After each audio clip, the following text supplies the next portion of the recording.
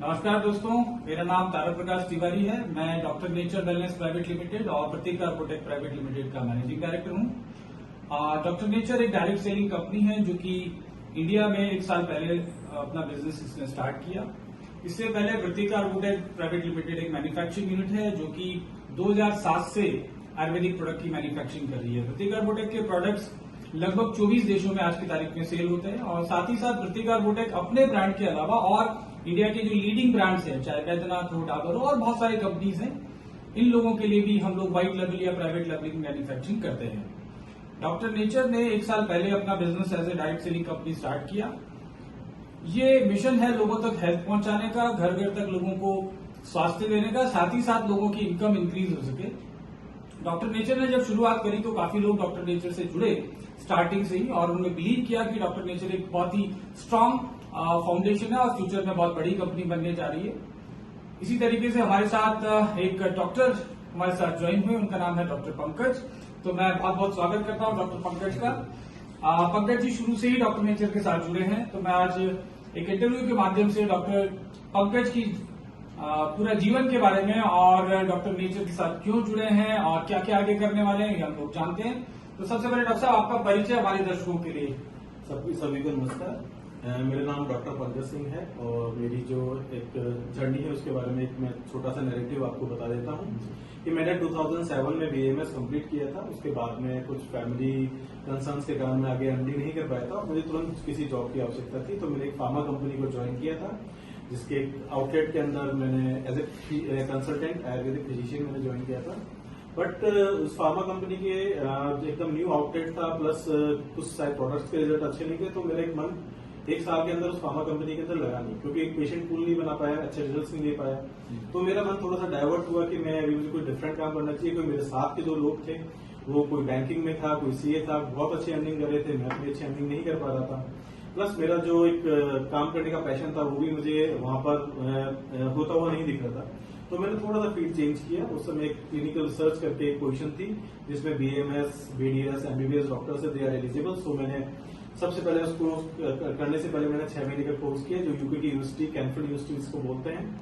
वहां से मैंने 3 मंथ्स का ऑफलाइन था और 3 मंथ्स का अपना ऑनलाइन का कोर्स कंप्लीट किया। उसके बाद में मैंने यहाँ पर एक जयपुर के अंदर वेल नोन हॉस्पिटल है, उसको मैंने ज्वाइन किया as a clinical research coordinator. और वहां पर different phase 1, phase 2, phase 3 trials जो ड्रग्स की होती है पेशेंट्स के ऊपर, वो मैंने स्टार्ट की। तो वहां मुझे काफी मतलब एक सेटिस्फेक्शन था, वो मुझे मिला। अर्निंग काफी अच्छी हुई, प्लस मैं काफी फॉरेन कंट्रीज जा चुका। उसके कारण लगभग अभी मेरा लगभग 25 कंट्रीज विजिट हो चुका है।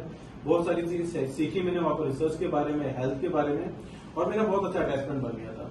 लेकिन ड्यूरिंग द कोविड जो आया उस समय मैंने देखा कि जो हमारी जो रिसर्च ड्रग्स थी इतने कम टाइम पे हम लोग नहीं कर पाए, तो हमने कॉकटेल और ड्रग्स दिया पेशेंट्स को, जिसके कारण पेशेंट्स को बहुत ज्यादा साइड इफेक्ट्स हुए थे, जिसमें आप कह सकते हो steroid induced diabetes, black fungus, बहुत सारी इंटेस्टाइन की प्रॉब्लम, क्लॉटिंग की प्रॉब्लम, बहुत सारी प्रॉब्लम्स। तो प्लस दूसरा ग्रुप जो मैं देख रहा था जो कि रेगुलर इम्यूनिटी प्रोडक्ट्स ले रहा था, या फिर रेगुलर आयुर्वेद के टच में था, या फिर जिन्होंने अपने इम्यून सिस्टम प्लस अपने लाइफस्टाइल को मेंटेन किया हुआ था, उनको इम्पैक्ट बहुत कम हुआ कोविड का। अगर इम्पैक्ट हुआ तो उनकी रिकवरी बहुत अच्छी थी। तो मेरा जो ध्यान था प्लस मेरा जो एक इंटरेस्ट था वो वापस आयुर्वेद की तरफ डेवलप हुआ। और फिर मैंने एक्चुअली हमारा डे केयर था, तो कोविड हॉस्पिटल नहीं था मेरे पास में, OPD भी हमारा 1 टाइम चलता था। तो फिर मैंने इस तरह की कुछ कंपनी की तलाश की, कुछ इस तरह के अपॉर्चुनिटी की तलाश की कि मेरा जो अभी का जो बैकग्राउंड है उसको मैं कहीं जाके स्ट्रीमलाइन कर पाऊं। तो फॉर्चुनेटली मेरी मिस्टर TP तिवारी साहब जो है हमारी कंपनी के MD, उनसे मुलाकात हुई और उन्होंने डॉक्टर नेचर के बारे में बताया, सारी चीजें आंखों से देखी, सारी चीजों के ऊपर पूरा अच्छे से रिसर्च किया। देन उसके बाद डिसाइड किया कि अब आयुर्वेद में जो काम करना है वो इस कंपनी के साथ में ही करना है। ये मेरा पूरा जर्नी। जी बहुत अच्छा है डॉक्टर साहब। मतलब एक आपने बताया कि आपने डॉक्टर नेचर के बारे में जाना, तो क्या आप डॉक्टर नेचर की फैक्ट्री भी विजिट कर चुके हैं और कैसा आपको फैक्ट्री का विजिट करने के बाद कैसा अनुभव आपको लगा? यस, मैंने एक्चुअली डॉक्टर नेचर की फैक्ट्री तो विजिट की है। उससे पहले मैंने और भी काफी फार्मास्यूटिकल कंपनी की जो मैन्युफैक्चरिंग है उसको विजिट किया था। तो यहाँ और वहां मुझे बहुत फर्क महसूस हुआ। पूरा हाइजेनिक था, पूरा हाईटेक था, पूरा UV रेज के अंदर, पूरा जितना भी मैंने जो सुना था कि एक बड़ी फार्मा कंपनी में क्या क्या फैसिलिटीज हो सकती है, वो सारी मेरे को वहां पर दिखाई दी। तो क्योंकि मेरा भी बहुत ज्यादा विश्वास है हाइजीन के ऊपर, ऑथेंटिसिटी के ऊपर प्रोडक्ट में, और जो प्योरिटी होती है उसके ऊपर, क्योंकि अपन अपने पेशेंट से डील कर रहे हैं, अपनी सोसाइटी से डील कर रहे हैं, तो आप उनको ऐसी चीजें नहीं दे सकते थे। तो वहाँ सारी चीजें ट्रूथफुल लगी मेरे को सारी, और पूरा मैंने इसको अच्छे से देखा, अपने फैमिली में यूज किया। जैसे मेरे फादर डायबिटिक है, उनके ऊपर मैंने शुगर बैलेंस यूज किया। मुझे एसिडिटी की प्रॉब्लम रहती थी बिकॉज ऑफ सिटिंग बहुत ज्यादा थी ओपीडी के टाइम पे, और कुछ लाइफस्टाइल प्रॉब्लम्स थी, जिस कारण एसिडिटी की, तो मैंने खुद अपने प्रोडक्ट यूज किए। उसके रिजल्ट आने के बाद में मेरे को काफी कॉन्फिडेंस हुआ कि रिजल्ट काफी अच्छे हैं, तो मैं अपनी सोसाइटी, मेरे पेशेंट, जो इतना बड़ा वाला पूल है पेशेंट्स, उनको मैं दे सकता हूँ। तो बहुत सारी चीजें मेरे को बहुत मतलब जैसा जो कॉन्फिडेंस बेसिकली बिल्ड Yes, हुआ। वो बिल्ड हुआ 100%। डॉक्टर साहब, एक आपके बारे में जैसा कि मैं जानता हूँ, आपका क्लिनिकल रिसर्च को लेके भी काफी लंबे समय से आप काम कर रहे हैं, स्पेशली डायबिटीज के ऊपर। Yes, sir. राइट, तो डायबिटीज पे आप क्लिनिकल रिसर्च मतलब क्या करते हैं? उनका मेडिसिन का रिसर्च करते हैं, मेडिसिन की एफिकेसी को देखते हैं, या क्या होता है बेसिकली? हाँ, मेनली तो मेडिकेशन की एफिकेसीज है उनके, प्लस साइड इफेक्ट्स पे मैं ज्यादा हम लोग ध्यान देते हैं। मेडिसिन के साइड इफेक्ट क्या होता है? क्या साइड इफेक्ट क्या होते हैं, तो उससे मेरा थोड़ा सा जो जुड़ाव है वो आयुर्वेदिक, क्योंकि इफेक्ट के साथ में साइड इफेक्ट बहुत ज्यादा है। जैसे मैं एग्जांपल देना चाहूंगा, एक फर्स्ट लाइन ऑफ ट्रीटमेंट होता है डायबिटीज में मेटफॉर्मिन। उस मेटफॉर्मिन में क्या होता है कि अपने जो लिवर के अंदर जो एक स्टोरेज ऑफ ग्लूकोज है, उसको ग्लाइकोलियोजेनेसिस के द्वारा वो ग्लूकोज सुबह एनर्जी के लिए निकलता है, क्योंकि अपन लोग ब्रेकफास्ट लेट करते हैं तो बॉडी को एनर्जी चाहिए। तो वो मेटफॉर्मिन क्या करती है, उसकी क्रिया को प्रोविडेट करती है ग्लाइकोलियोजेनेसिस की, जिससे आपका ग्लूकोज ही निकलेगा। आप सुबह फास्टिंग नापोगे तो बहुत अच्छा कि एकदम हमारी 120-110 आ रही है, लेकिन वो जो स्टोरेज ग्लूकोज है वो क्या कर रहा है, आपके लिवर को एनराज कर रहा है, फैटी लिवर कर रहा है। तो मैं आज 100% बोलता हूँ, जिस पेशेंट ने मेटफॉर्मिन को 3 इयर्स यूज किया है, उसका 100% ग्रेड 1 और ग्रेड 2 फैटी लिवर आएगा। इस तरह की चीजें करते हैं। प्लस हम लोग देखते हैं रिसर्च में कि डाइट एंड एक्सरसाइज के द्वारा या फिर फूड सप्लीमेंट के द्वारा, प्लस एक ग्रुप ले रहा है मेडिसिन ले रहा है एलोपैथी की, तो कितना रिडक्शन हो रहा है। तो मैंने देखा कि डाइट एंड एक्सरसाइज से भी आपका रिडक्शन 1 से 1.5% हो जाता है, HbA1c जो कि अपन टैबलेट ऐड करते हैं उसमें भी हो जाता है।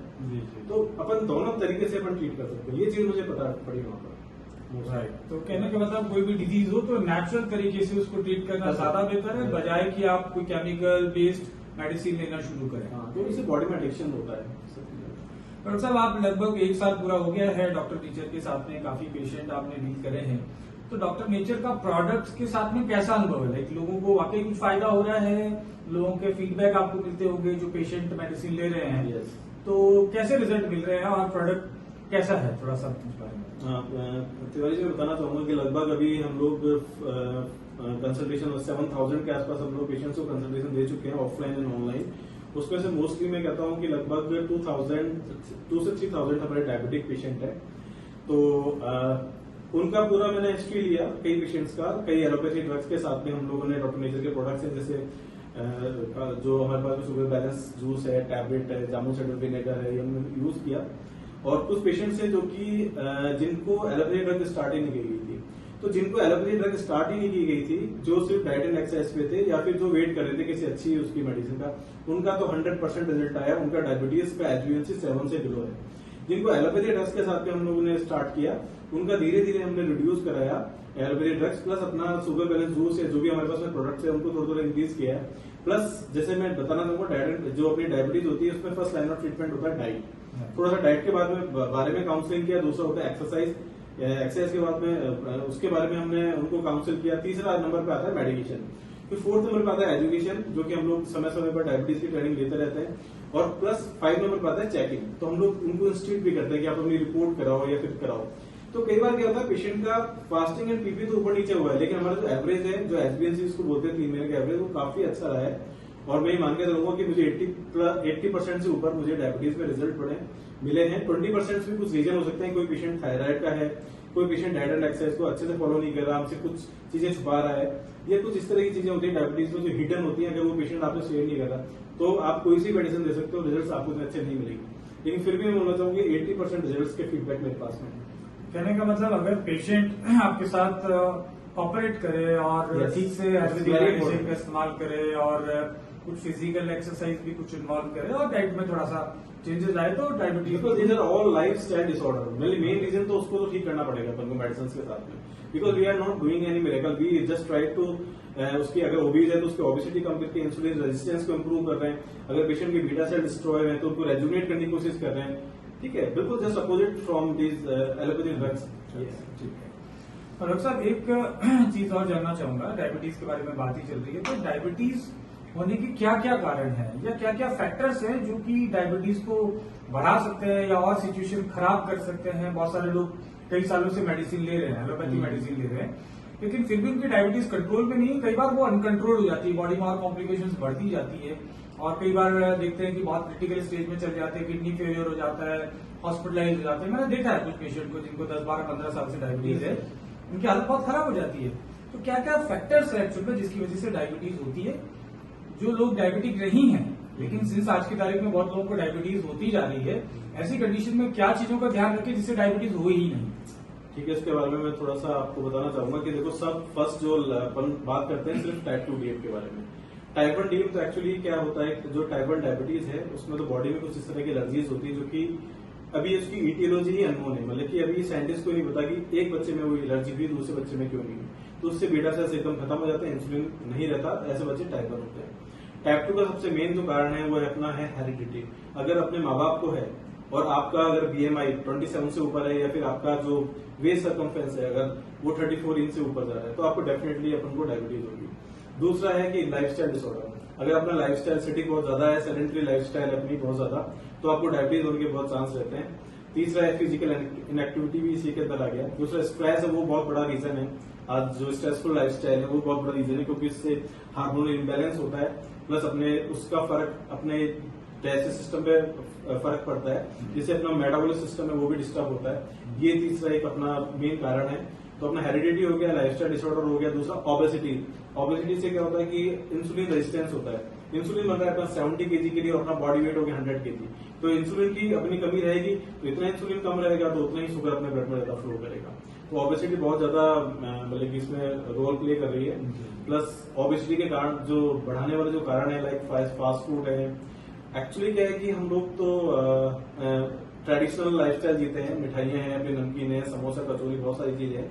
प्लस अपन ने क्या वेस्टर्न कल्चर को भी अडॉप्ट कर लिया है, जैसे पिज्जा, बर्गर्स, बहुत सारे फास्ट फूड। तो अपन क्या है कि अपन ड्यूअल कॉम्बिनेशन बन गया अपना, इसलिए जो अपनी प्रोफिशिएंसी जो होती है डायबिटीज होने की वो इंडिया में ज्यादा है।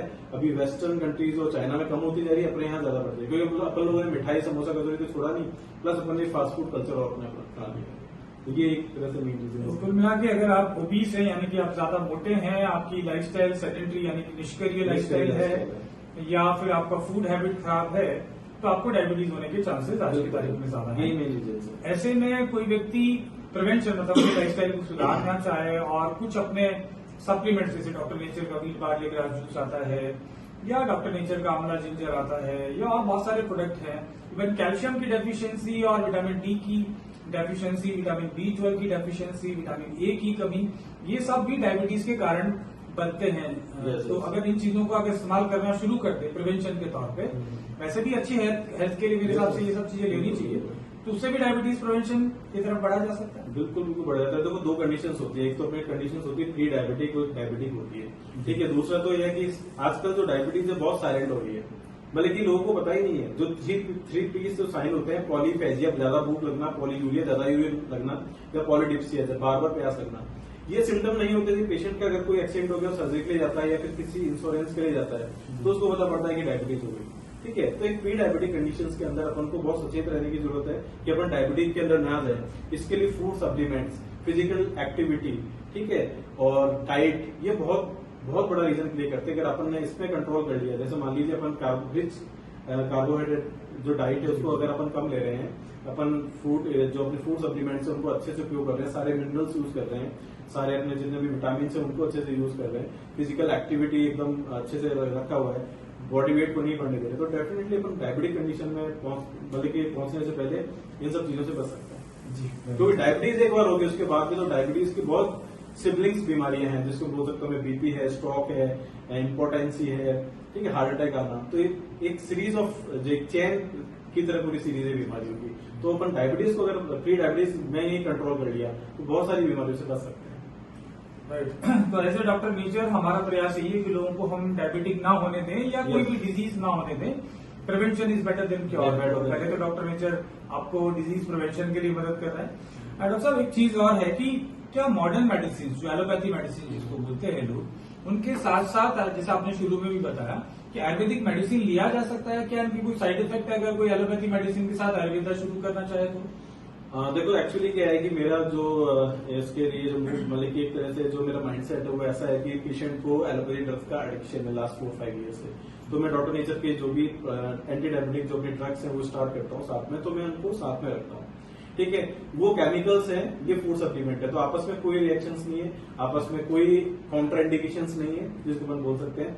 तो पेशेंट बिल्कुल साथ में भी ले सकता है, मतलब कि मैं तो ये बोलूंगा कि अगर वो मेटफॉर्मिन ले रहा है उसके साथ में शुगर बैलेंस जूस पी सकता है, कोई दिक्कत नहीं। फिर आफ्टर 1 मंथ या आफ्टर 1.5 मंथ, क्योंकि पेशेंट सेफ्टी हमारे लिए बहुत इंपॉर्टेंट है, हम नहीं चाहते कि एकदम से उसके ड्रग को हटा के और हमारा जो दूसरा लाइन ऑफ ट्रीटमेंट है, जो अल्टरनेटिव थेरेपी जिसको आयुर्वेद बोलते हैं, वो स्टार्ट कर दिया जाए। क्योंकि हमको पेशेंट की फास्टिंग भी 110 के आसपास रखनी है, उसका खाना खाने के 2 घंटे बाद भी उसका 160-170 तक रखना है। तो उसकी बॉडी में एडिक्शन है, इसलिए हम लोग साथ में मेडिसिन स्टार्ट करते हैं, कई पेशेंट में, हर एक में नहीं। जो नेव है, जो एलोपैथी नेव है या फिर जिसने कभी स्टार्ट ही नहीं किया, उसको हम फर्स्ट डे से स्टार्ट कर सकते हैं। हमको कभी हम लोग एलोपैथी ड्रग से साथ में स्टार्ट नहीं करते, तो कोई घबराने वाली बात नहीं, आपस में दे सकते हैं, साथ में दे सकते हैं, रिडक्शन करा सकते हैं। उसके लिए कंसल्टेशन टीम है, उसके सामने पूरा एक हमने लाइन ऑफ ट्रीटमेंट बना रखा है, कंसल्ट करके आप कर सकते हैं, कुछ भी। तो कुल मिला के ये कि अगर आप एलोपैथी मेडिसिन पे हैं और जो कि आप जानते हैं कि लगातार एलोपैथी मेडिसिन यूज करने के कोई न कोई साइड इफेक्ट लॉन्ग टर्म में आते हैं, तो आप आयुर्वेदा को स्टार्ट करते हुए, डॉक्टर नेचर के प्रोडक्ट को इस्तेमाल करते हुए धीरे धीरे अपने मेडिसिन को कम करते हुए बंद कर सकते हैं, राइट? बिल्कुल, वेरी गुड सर। ऐसे बहुत सारे पेशेंट को हमने देखा है, लाइव देखा है, तो वही सारे जो एक्सपीरियंस है वो आपके साथ में शेयर कर रहा हूँ। तो साहब एक और चीज मैं जानना चाहूंगा, बहुत सारे दर्शक भी जानना चाहेंगे कि कोई व्यक्ति जैसे डायबिटीज का पेशेंट है, ऐसे ही बहुत सारे और बीमारियां हैं जैसे कि डाइजेशन के प्रॉब्लम, किसी को लगातार ब्लोटिंग होती है, इरिटेबल बाउल सिंड्रोम है, लीवर एनलार्ज हो गया है, फैटी लीवर है, कॉन्स्टिपेशन है, अल्सर है।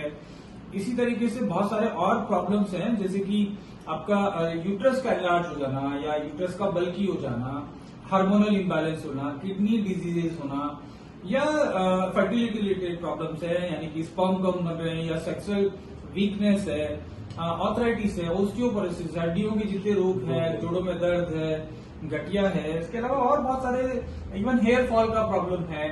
इनके लिए लगातार ऐसे बहुत सारे बीमारियां हैं, मैंने 10-20 बताए, लेकिन मेरे हिसाब से सैकड़ों बीमारियां ऐसी है, इनका लगातार 10 साल, 5 साल, 20 साल भी मैं कहता हूं अगर एलोपैथी इलाज लिया जाए तो क्या कोई पेशेंट जिंदगी भर के लिए दवाओं से या बीमारी से छुटकारा पा सकता है? देखिए, ये इस तरह का सवाल है कि इस बारे में मैं बताना चाहूंगा आपको कि जो बीमारियां हैं ये एक तरह से अभी अपन जो भी खा रहे हैं, जो भी ब्रीथ कर रहे हैं या जो भी अपन वाटर इनटेक कर रहे हैं, तो उनकी इम्प्योरिटी से सब चीजें हो रही है, ठीक है।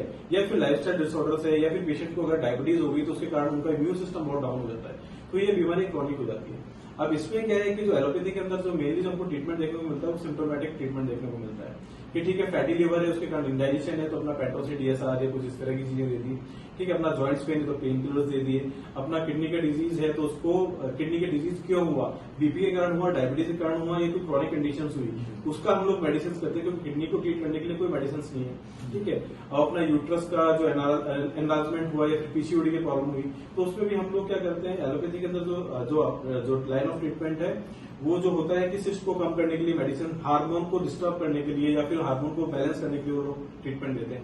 लेकिन मैं क्या कहना चाहता हूँ, जैसे एक पीसीओडी बीमारी का एग्जांपल लेते हैं। अगर फीमेल ओबीज है, अगर अपन ने उसको एक डाइट काउंसलिंग करके, एक फूड सप्लीमेंट देके या फिर उसका वेट को अपन रिड्यूस कर दिया, तो 101% उसका पीसीओडी अपने आप ही ठीक हो जाएगा किसी मेडिसिन से।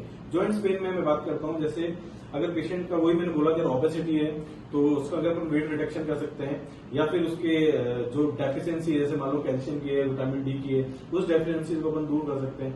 तो अपन को क्या करना है कि एक्चुअली क्योर में अगर जाना है, तो रूट कॉज के ऊपर जाना पड़ेगा। रूट कॉज पे जाना पड़ेगा तो उसकी जो भी चीज की कमी है उस बॉडी के अंदर, उसको पहचान कर उस चीज को दूर करना पड़ेगा, जिसमें हमारे डॉक्टर नेचर के प्रोडक्ट है, वो अभी 100+ प्रोडक्ट है हमारे पास में। तो ईच एंड एवरीथिंग जो भी हमारे बॉडी में कमी है उसकी पूर्ति हम लोग कर सकते हैं।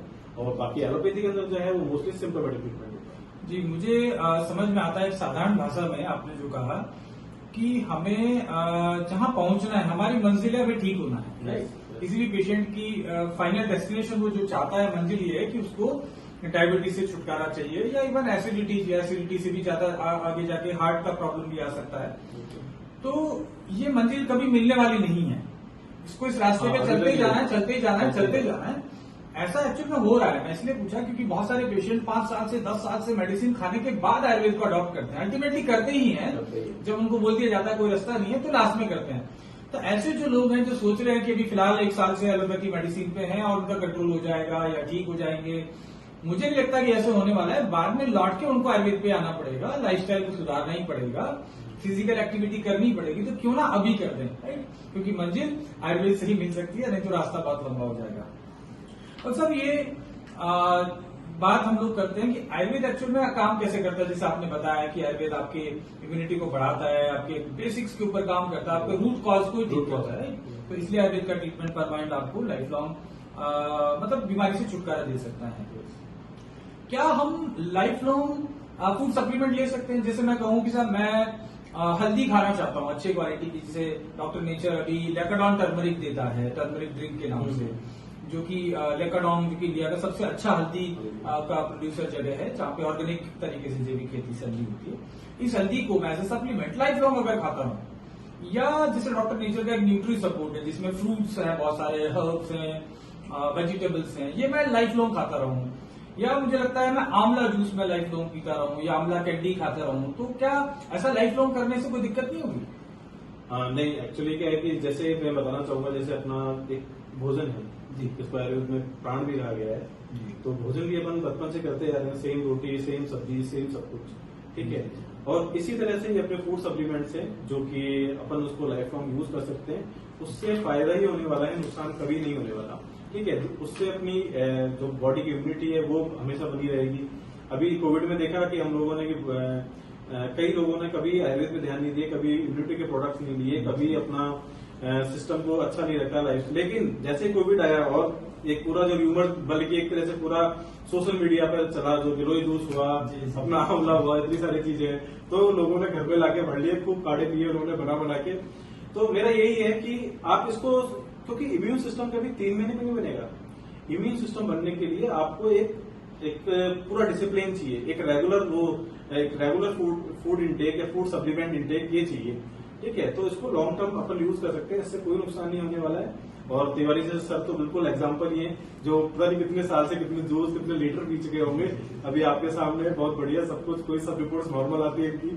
तो मैं ये बोला चाहूंगा इस बारे में। मतलब जैसे अभी कोविड आया, एकदम से ये वायरस स्प्रेड हुआ, तो फ्यूचर में भी इस तरीके की कोई ना कोई वायरस, कोई नया वायरस या किसी और रूप में ये वायरस आ सकता है। तो लोग अगर अभी से अपनी इम्यूनिटी बढ़ाएं, क्योंकि कोविड में बहुत बड़ा एक तरीके से ना विध्वंस किया हमारे देश में, पूरी दुनिया में बहुत सारे डेथ हुई, बहुत सारे लोग परेशान हुए, पैनिक हो गए। तो अगर लोग अभी से अपना इम्यूनिटी बढ़ा लें और इस तरह की चीजें जिससे इम्यूनिटी बढ़ जाती है, या जो बीमारियों से जूझ रहे हैं, डायबिटीज है जिनका इम्यूनिटी कम हो जाता है, ऐसे बहुत सारी बीमारियां जहां से इम्यूनिटी आपकी कमजोर पड़ने लगती है, ऐसे लोगों को ज्यादा डर हो जाता है, राइट? तो अगर हम लोग अभी से इम्यूनिटी बढ़ा लें, और कितना अच्छा रहे कि अगर भगवान ना करे ऐसी कभी वेव दोबारा आए दुनिया में, लेकिन कुछ लोग डॉक्टर नेचर के फूड सप्लीमेंट यूज कर रहे हैं या कोई भी अच्छे क्वालिटी के आयुर्वेदिक सप्लीमेंट यूज करके अपनी इम्यूनिटी को बढ़ा लिया, तो मुझे लगता है पूरी दुनिया में अरबों खरबों रुपए का खर्चा बच सकता है, राइट? तो कितना इकोनॉमिकल क्राइसिस हुआ है। दूसरा ये है कि आप मेंटली फिट रहोगे, आप फिजिकली फिट रहोगे, आप अच्छी अर्निंग कर सकते हो, आप अच्छी सोसाइटी में अच्छी तरह से बिहेव कर सकते हो। तो एक बीमारी से तो बचना ही, प्लस आपकी एक अच्छी हेल्थ, एक मेंटल हेल्थ जो है उसको भी बहुत इंप्रूव करता है। इम्यूनिटी के साथ में इनको भी इंप्रूव करते हैं फूड सप्लीमेंट्स। तो आप एक्टिव रह सकते हो। जैसे मैं भी सुबह 8:30 बजे का निकला हूँ घर से, 6-7 घंटे ओपीडी किया, फिर यहाँ पर आगे कंसल्टेशन किया, हम लोग सेम एनर्जी से इंटरव्यू कर रहे हैं, कोई प्रॉब्लम नहीं है। सो आपको यूजर बनना पड़ेगा, आपको ये सब चीजें एक डिसिप्लिन में और एक अपनी आदत में लानी पड़ेगी। डॉक्टर साहब, अब हम लोग हेल्थ से थोड़ा सा अलग फील्ड पे आते हैं। हेल्थ में तो आप एक्सपर्ट है ही हैं, लेकिन ये जो नेटवर्क मार्केटिंग है, नेटवर्क मार्केटिंग में आप कैसे आए और नेटवर्क मार्केटिंग के बारे में आप क्या सोचते हैं? या लोगों को, बहुत सारे डॉक्टर मैं जानता हूं, मेरे मित्र भी हैं और बहुत सारे लोग इस इंटरव्यू को बहुत सारे डॉक्टर्स देख रहे होंगे, तो मैं जानना चाहता हूं, क्योंकि बहुत सारे डॉक्टर्स का ये कहना है कि भाई हम नेटवर्क मार्केटिंग नहीं कर सकते, या हमें क्या जरूरत है नेटवर्क मार्केटिंग क्यों करें, या बहुत सारे लोग, क्योंकि आप ऑलरेडी हाईली पेड है, आपकी सैलरी बहुत अच्छी है, एम्प्लॉयमेंट है, बहुत सारे युवा हैं जिनको 20-25 हजार रुपए कमा रहे हैं, उनको लगता है कि नहीं मुझे, मैं तो बहुत अच्छा कमा रहा हूँ, नेटवर्क मार्केटिंग करने की मुझे आवश्यकता नहीं है, या स्पेशली डॉक्टर्स आपसे कनेक्ट करेंगे। तो एज ए डॉक्टर आप नेटवर्क मार्केटिंग में कैसे आ गए और क्यों आपको नेटवर्क मार्केटिंग अच्छा लगता है? बिल्कुल, इसके लिए मैं बताना चाहूंगा कि हमारे एक पड़ोस में ही थे जो एक मेरा लाइफ ब्रदर ही है, तो वो एक दिन मुझे मीटिंग में लेके गए कि भैया हेल्थ सप्लीमेंट है। मैं सिर्फ इसलिए गया कि भाई हमारे पास में प्रोडक्ट हेल्थ सप्लीमेंट है किसी अदर कंपनी में, 2016 की बात है। तो वहां मुझे 2-3 बातें समझ में आई। एक तो था कि आपको सारे अपने अंडे एक ही घोंसले में नहीं रखने चाहिए, you have to different nest, मतलब कि आपके इनकम के सोर्सेज डिफरेंट होने चाहिए।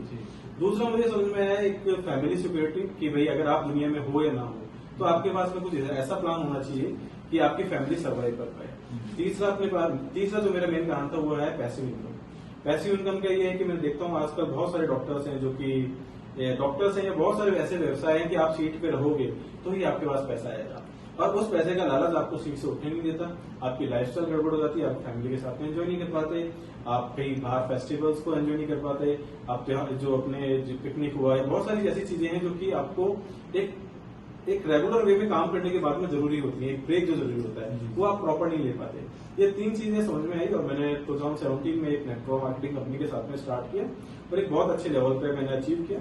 फिर कोविड का एक ब्रेक आया था, प्लस कुछ इस तरह की मेरी फैमिली रेस्पॉन्सिबिलिटी ऐसे हो गई थी कि मैं उस पर ज्यादा कंटिन्यू कर पाया। फिर मुझे डॉक्टर नेचर की जो तलाश, जिस कंपनी की तलाश थी या जिसके बारे में सोचा कि मुझे ऐसी कंपनी में काम करना है, वो मेरा 2019 के अंदर 2021 के अंदर डॉक्टर नेचर के साथ में कंप्लीट हुआ और मैंने वहां पर स्टार्ट किया।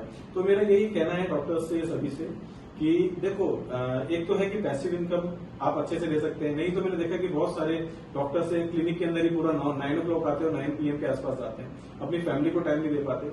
दूसरा मेरे आने का मेन कारण यह है कि आप डायरेक्ट सेलिंग के थ्रू बहुत जल्दी स्प्रेड कर सकते हैं अपना पेशेंट पूल जो है, ठीक है।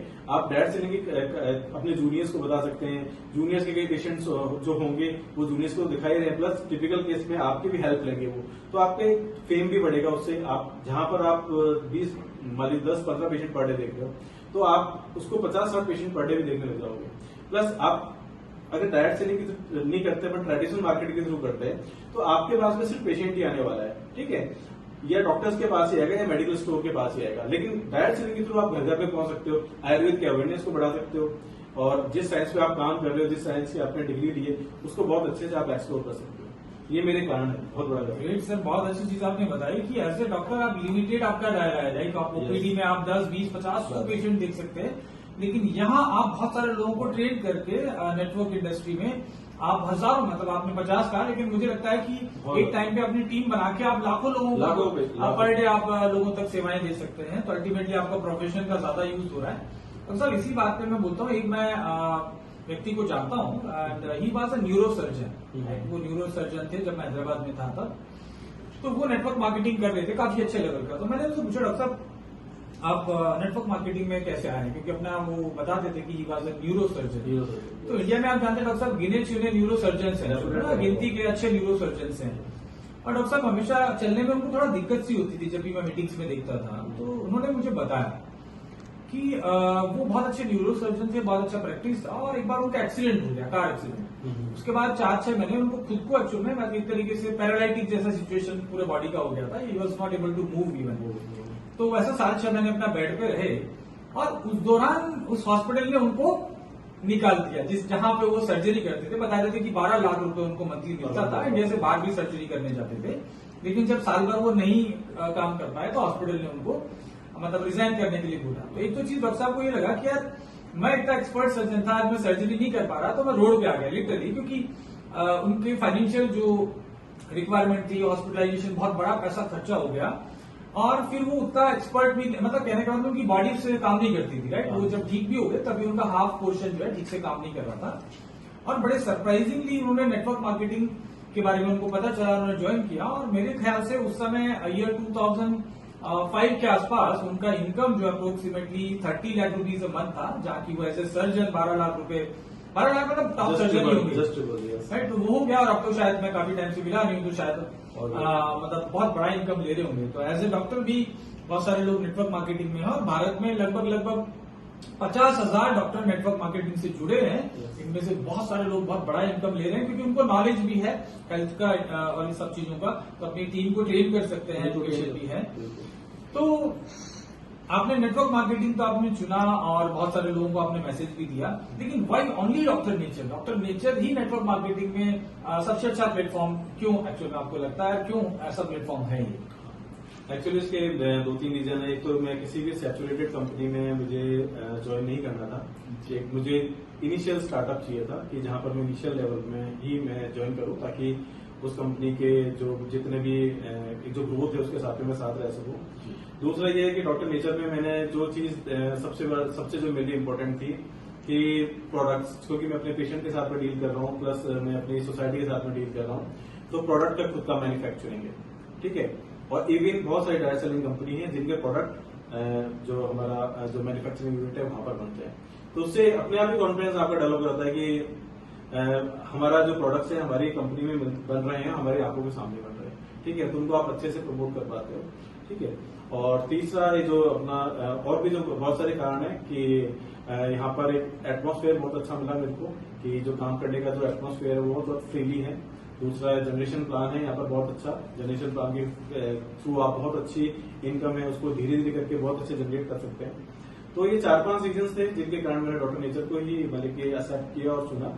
और दूसरा मेरा रीजन ये भी था कि मेरे को सिर्फ डायरेक्ट सेलिंग ही नहीं करनी थी, मुझे इस कंपनी के थ्रू मुझे कंसल्टेशंस भी देनी थी, मुझे ट्रेनिंग भी देनी थी। एक आयुर्वेद अवेयरनेस का जो हमारा प्रोग्राम है कि हमको ग्लोबल को जो लोकल जो हमारा जो आयुर्वेदिक साइंस है उसको ग्लोबल लेके जाना, वो सारी चीजें मुझे यहाँ पर मिली।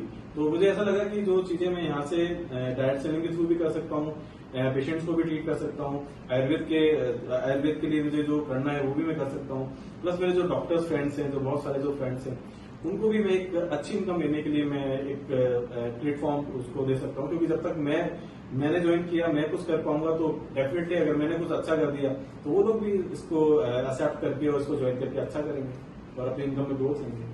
Great sir, thank you very much. बहुत अच्छा लगा आपसे बात करके, और मुझे लगता है कि आपकी बातें सुन के और सारी चीजों को समझ के बहुत सारे डॉक्टर्स जो हैं पूरे देश में वो हमारे साथ जुड़ेंगे। और सभी लोगों का बहुत बहुत धन्यवाद। और इसी तरीके से जैसे डॉक्टर साहब डॉक्टर नेचर के साथ जुड़े हैं, और लोगों को आमंत्रित करता हूं, आइए जुड़िए हमारे साथ। और एक हमारा जो मिशन है वो है अच्छी health, good health through Ayurveda, person by person, city bye city, country by country, all around the world हम इस मिशन को लेके जाना चाहते हैं। इसका पार्ट बनिए और अपनी हेल्थ, वेल्थ और बहुत सारी हैप्पीनेस को बढ़ाइए। Thank you so much. नमस्ते नेचर। नमस्ते। जय हिंद, जय भारत। जय हिंद, जय भारत।